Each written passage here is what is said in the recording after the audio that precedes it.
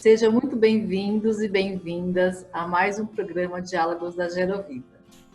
Nesse quarto episódio, estou aqui com a minha querida Patrícia Moraes. Eu vou apresentar a Patrícia para vocês e depois vamos direto ao assunto. A Patrícia é estudante de engenharia, empreendedora no ramo de marketing digital e desenvolvedora de produtos, mas também já foi motorista de ônibus e agente de segurança pessoal. Vamos direto ao assunto. Patrícia, a minha primeira pergunta para você nesse quarto episódio do Diálogos da Gerovida. Sabemos que vivemos em uma sociedade em que, de modo geral, tem toda uma divisão do trabalho, o que é mais adequado para homem, o que é mais adequado para mulher, mesmo que isso esteja mudando, sabemos disso. Eu gostaria que você comentasse um pouquinho como que é essa questão das mulheres que estão começando a entrar nesse universo masculino de profissões, muito com base na sua experiência em relação a isso. Bom, primeiro eu quero agradecer a oportunidade. Você sabe que você também é muito querida por mim, te devo muito, tá? Então, estou muito feliz de estar aqui. E respondendo aí a sua pergunta, bom, a gente sabe que desde muito cedo, né, nós mulheres já começamos ali a ser treinada para estar cuidando do lar, para estar cuidando de filhos, tanto é que o nosso primeiro brinquedo é uma boneca, né? E depois a casinha, né? Depois a casinha, e aí tem a vassourinha, e a gente passa ali por um treinamento desde muito cedo. E quando a gente cresce, se a gente decide mudar, né, vamos dizer, esses rumos aí, a gente assume uma profissão dita, né, como masculina, a gente passa por diversos preconceitos. E eu, como não poderia ser diferente, passei por tudo isso, né, e resolvi assumir postos que eram ditos somente como universo masculino, que os homens poderiam assumir, como motorista de ônibus, e de ônibus muito grande, vamos dizer assim, né, o maior ônibus da minha cidade aqui já foi conduzido por mim. E fui muito estereotipada, tive certos preconceitos, certos não, muito, passei por muito preconceito dentro desse mundo.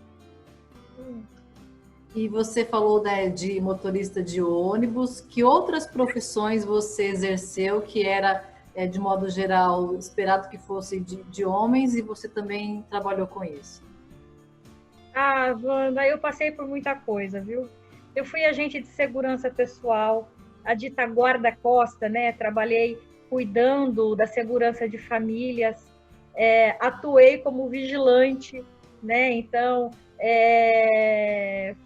comecei, claro, que com veículos pequenos, e esses veículos foram tomando proporções cada vez mais grandes, porque a tendência dessas mulheres que pilotam, que nem eu, é ir se desafiando, né? Então, cheguei aí na carreta, cheguei nos BRS, atuei dentro desse universo, que é uma delícia, tá?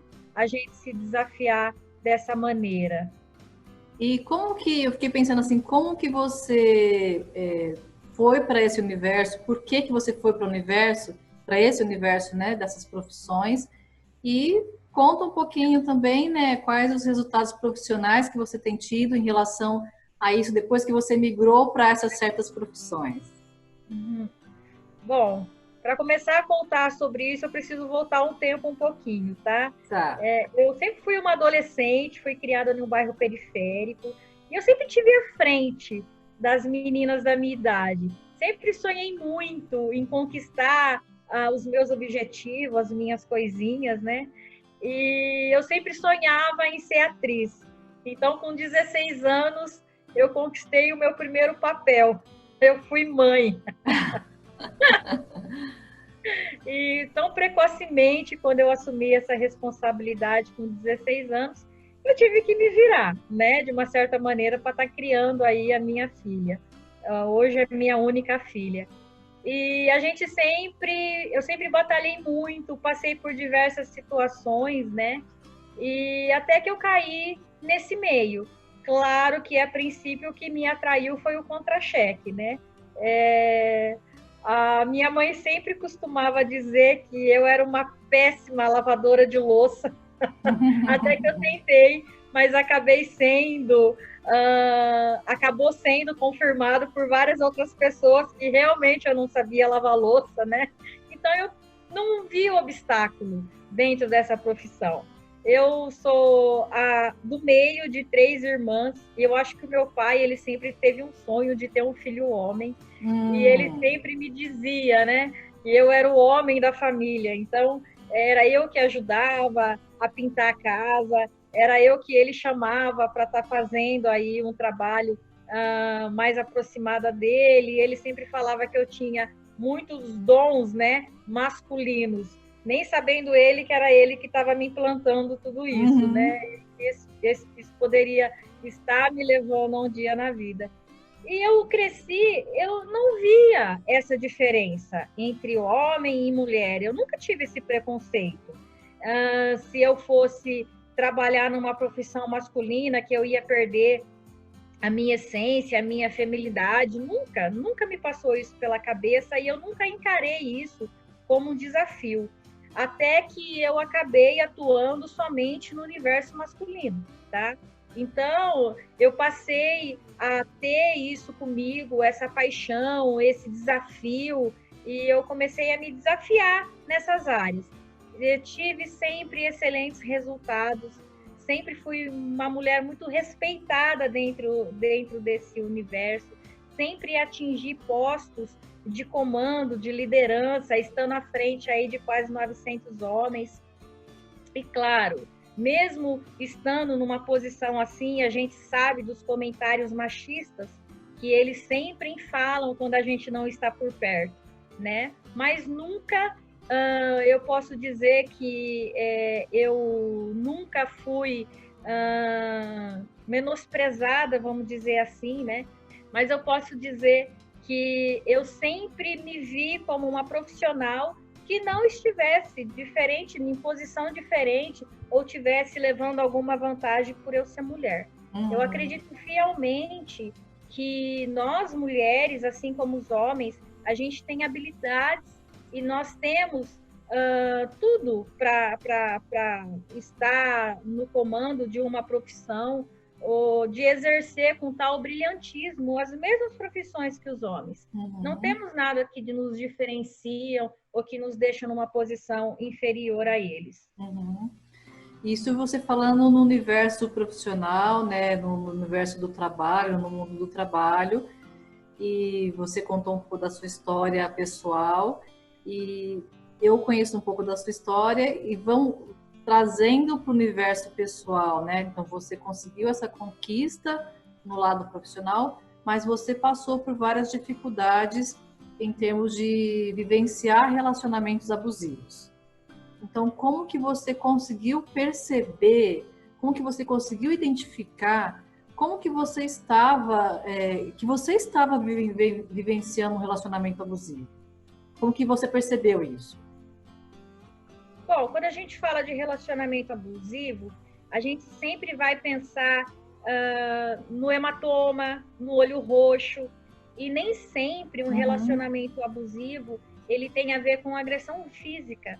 Às vezes ele pode estar envolvido mais no emocional, né? No psicológico da mulher, do que na agressão em si, né? Vamos dizer assim, que está aí sofrendo mesmo a violência. Eu acredito que a violência física seja um dos estágios, mas tudo começa com uma violência psicológica.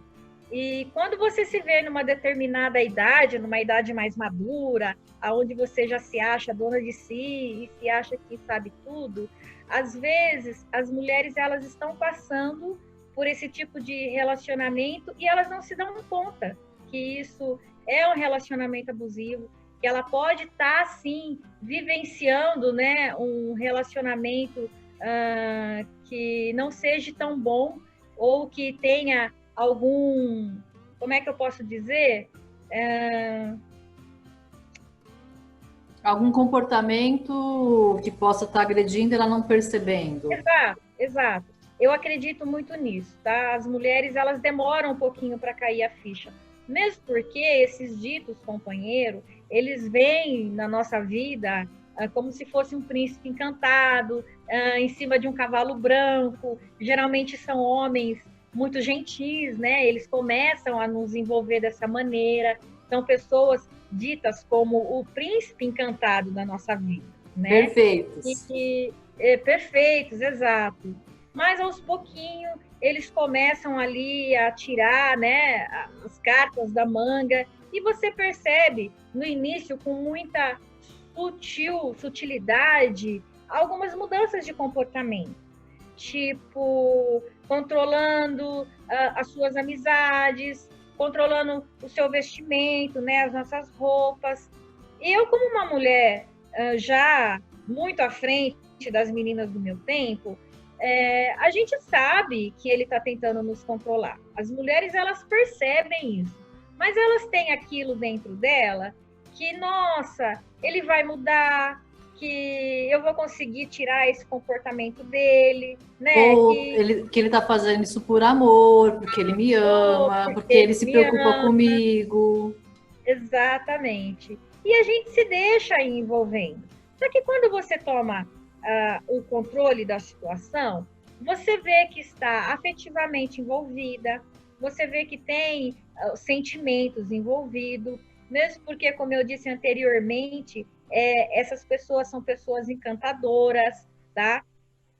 E são pessoas que começam a manipular muito, vamos dizer que eles começam muito devagar, muito sutil, entendeu? Eles não chegam já chutando as coisas, não. Isso vai crescendo de uma certa forma, de uma maneira muito silenciosa. Isso. E a gente precisa estar muito atenta. E que pode fazer com que a mulher não perceba, né? Vai crescendo de uma forma que a mulher não percebe, né? Exatamente. E quando eu me vi nessa situação, além de eu estar completamente envolvida, né? Eu passava, assim, 30 dias vivendo num paraíso, tá? E 2 dias aquele inferno. Mas a gente sempre costuma pensar no lado bom. Então, a gente sempre pensa, se apega nos momentos legais, nos momentos que são bons. A gente não se apega nos momentos ruins, né? A mulher, ela sempre fala, não, mas amanhã ele vai estar diferente, amanhã ele vai ser a pessoa, é porque hoje ele está estressado, é porque ele passou por um dia ruim. E isso vai acontecendo de uma maneira que, quando você se vê, você está tendo altos e baixos dentro de um relacionamento. E o relacionamento, para ser sadio, ele não precisa ser assim. Ele tem que ser bom para ambos os lados, né? E eu estava vivenciando essa mudança de chave na minha vida, e, de repente, eu estava com um relacionamento que estava me puxando para baixo. Não, mas por que você vai mudar? Por que você vai sair da sua profissão e você vai estar... Não vai dar certo. Olha, você vai quebrar a cara. Olha... E aí eu me senti meio que sufocada dentro desse relacionamento. E eu passei a olhar para dentro de mim. Não, se ele não está me apoiando em uma nova profissão, se ele não quer que eu cresça profissionalmente, o que eu estou fazendo aqui? Quem é mais importante, né? E é difícil, Wanda, você sair, porque quando ele percebe que você quer se livrar, vamos dizer assim, que caiu a fichinha, ele começa a se sentir, se fazer o coitado, a vítima, né? E, que eu vou mudar, que eu vou ser melhor, ou que eu mudei. E você tem que tomar muito cuidado, porque se isso começa a acontecer, é perigoso que isso possa se tornar um vício entre indas e vindas. Então, você termina, aí daqui a pouco vem ele com aquela história que ele vai mudar, que ele aprendeu, que ele vai ser uma pessoa diferente, e você começa a ter ali um círculo vicioso. E isso que se torna muito perigoso, porque isso passa a mexer cada vez mais com as emoções, e essas indas e vindas pode até ser perigoso, porque começa a ter discussões cada vez mais calientes, né? Vamos dizer assim, mais fervorosas, e aí pode até ser que aconteça, assim, a agressão física, porque ele não quer perder, ele não quer te deixar ir, né? Uhum. Então você precisa ser firme. E quando eu me vi dessa maneira, eu tomei uma decisão só, eu fui firme, eu falei, olha, eu não quero mais, não dá para mim, eu tô indo embora, né? E foi assim que eu consegui me desvencilhar. Claro que a família, ela é muito importante, os amigos, né? Eles têm um papel fundamental para te fazer enxergar, né? Eu acredito muito que os amigos nessa hora, eles sejam fundamentais. Eu nunca perdi o vínculo com as minhas amizades, então isso me ajudou bastante. Mas eu sei que tem mulheres que se permitem ser afastada completamente do seu círculo de amizade. E uma das primeiras coisas que eles fazem é tentar afastar essas mulheres do círculo familiar, do círculo de amizade, porque fica mais fácil deles manipular. Uhum. E eu tive a sorte de não me permitir tal ponto. Então eu ainda tinha meus amigos por perto, eu ainda preservava a minha família por perto, e isso foi fundamental para que eu tivesse uma facilidade a mais de estar me desvinculando desse relacionamento.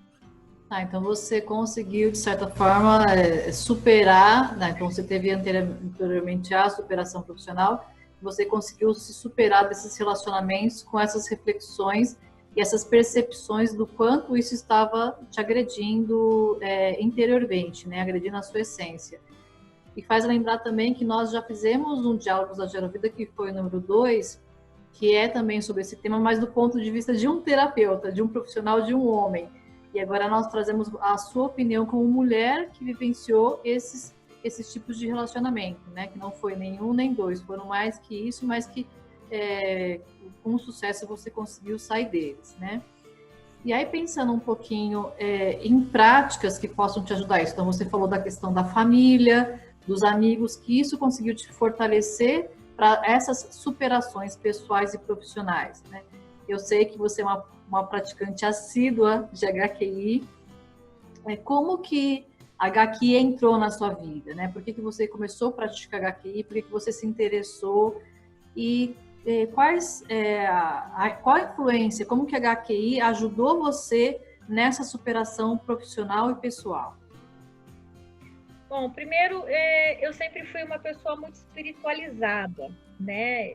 Mas eu acredito que tem certas coisas que a gente não consegue mudar, tá? Que são crenças. Como eu vim de uma família muito humilde, fui criada em um bairro periférico, então a gente cresce enraizado, né, com muitas crenças.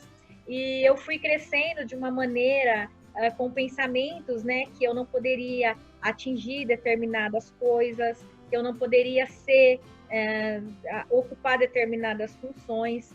E isso foi crescendo dentro de mim.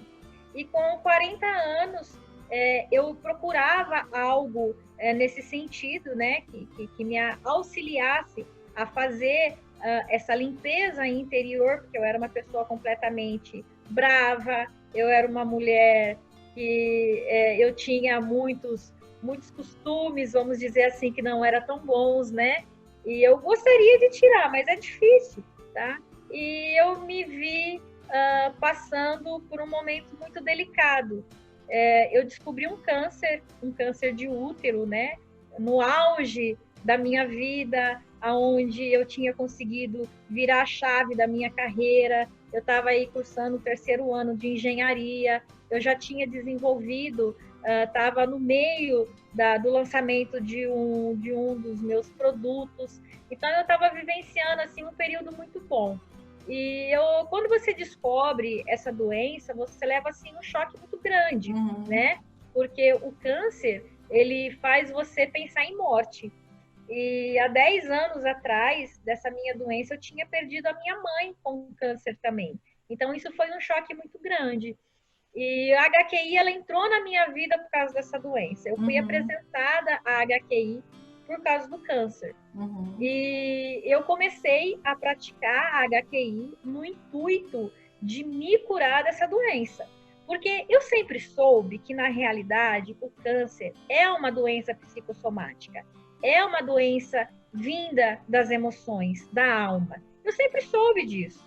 Mesmo porque eu já tinha vivenciado todo o histórico da minha mãe, o histórico de outras pessoas, de outros amigos, né? que passaram por essa mesma doença e que não venceram. E quando eu descobri o câncer ele já estava na minha vida em estágio avançado. Eu não poderia mais passar por uma cirurgia, porque os médicos constataram através de exames clínicos, né, que o câncer ele já estava enraizado em grande parte do meu útero. Então eles me encaminharam diretamente para fazer radioterapia.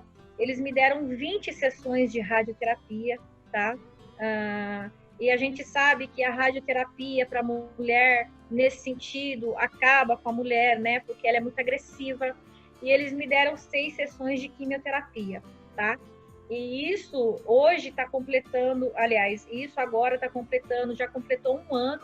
Então era para mim estar aqui careca, tá, gente? Isso aqui não é peruca, é meu cabelinho mesmo. E então, quando a gente fala de HQI, eu tenho assim muito carinho em dizer que a terapia HQI, ela nada mais é do que uma técnica de cura interior, tá?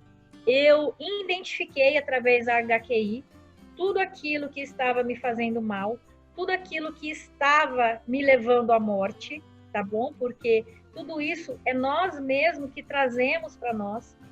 E eu liberei perdão, eu aprendi com o HQI a me curar tanto do câncer, como de crenças que eu tinha trazido lá da minha infância, como de várias outras situações que a HQI me proporcionou. Então, hoje, eu sou testemunha viva, né? Que a HQI é uma técnica que ela vem, sim, de encontro com esses problemas, que ela me auxiliou, tá? Na minha cura, a acessar todo o poder que eu já trazia aqui dentro de mim, né? Então, todas as curas estão dentro de nós. E a HQI, ela somente me ensinou a acessar essa cura, tá bom? E é interessante, assim, para quem não sabe o que é HQI, né, tem outros diálogos da Gerovida, tem outros vídeos da Gerovida que explicam um pouco mais o que é essa técnica. É uma história de superação, realmente, tudo que você passou, Patrícia, tanto no nível pessoal, profissional e de saúde, né? E, então, que mensagem você deixaria para encerrar o programa? Que mensagem você deixaria para as pessoas que estão nos assistindo? Bom, primeiramente eu quero falar diretamente para as mulheres, né, que estão aí à frente de postos que são ditos como masculinos, que eu confio muito em vocês. Eu fui uma das pioneiras, abri uma frente de trabalho muito legal aí dentro da garagem que eu atuei como motorista. Mas para as eletricistas, para as mecânicas, para as engenheiras, que daqui a pouco vão ser as minhas colegas de trabalho, para mulheres, enfim, que se desafiam nesse universo, que para elas trilhar, sim, um caminho de sucesso, criar, sim, né, um caminho de sucesso, trilhar um caminho aí de perseverança, mas que elas possam, assim, enxergar sempre como mulheres, exercer essas profissões sempre como mulheres, nunca perder a sua feminilidade, nunca perder aí a sua essência, tá bom? E para vocês também, quero deixar uma mensagem muito positiva, porque hoje eu me vejo em um outro universo, eu consegui aí virar a chave da minha vida, hoje eu estou trilhando por caminhos que, estando atrás do volante, não iam me conseguir proporcionar tudo que eu estou vivenciando hoje. Então, eu me desafiei na metade da minha vida a começar uma nova profissão, a mudar de vida realmente, profissionalmente falando, tá bom? E sonhar sempre, mas não somente sonhar, a lutar bastante para que esses sonhos se tornem realidade, né? A correr atrás de verdade, tá bom? Nossa, Patrícia, super agradeço a sua participação no 4º episódio do Diálogos da Gerovida. Só tem a enriquecer o nosso trabalho, a nossa conduta, os nossos comportamentos. Agradeço de coração a sua participação. Obrigada, Wanda. Obrigada a todo mundo que está nos assistindo.